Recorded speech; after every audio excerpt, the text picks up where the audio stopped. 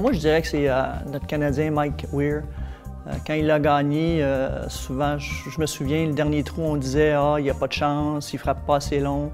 Puis il a gardé sa stratégie, il a joué son coup court du verre, il a fait son approche et il a réussi son courlet pour la victoire. Donc, un petit Canadien, ça fait du bien.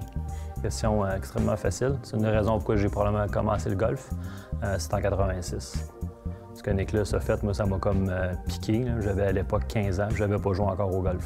J'ai commencé à jouer pendant cet été-là. J'étais un joueur de baseball. C'est vraiment cet événement-là qui m'a fait, qui m'a laissé voir comme c'était un sport spectaculaire et qui va être extrêmement complet.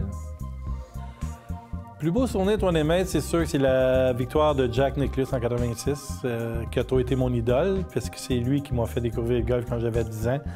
Puis Nicklaus était de loin la plus belle performance qu'un joueur a pu faire, là, surtout le deuxième neuf de la quatrième ronde.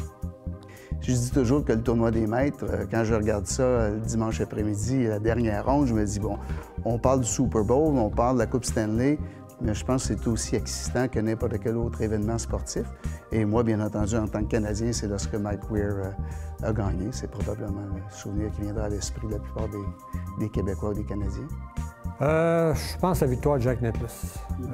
Quand il a fini avec 5 birdies consécutifs, c'était quelque chose.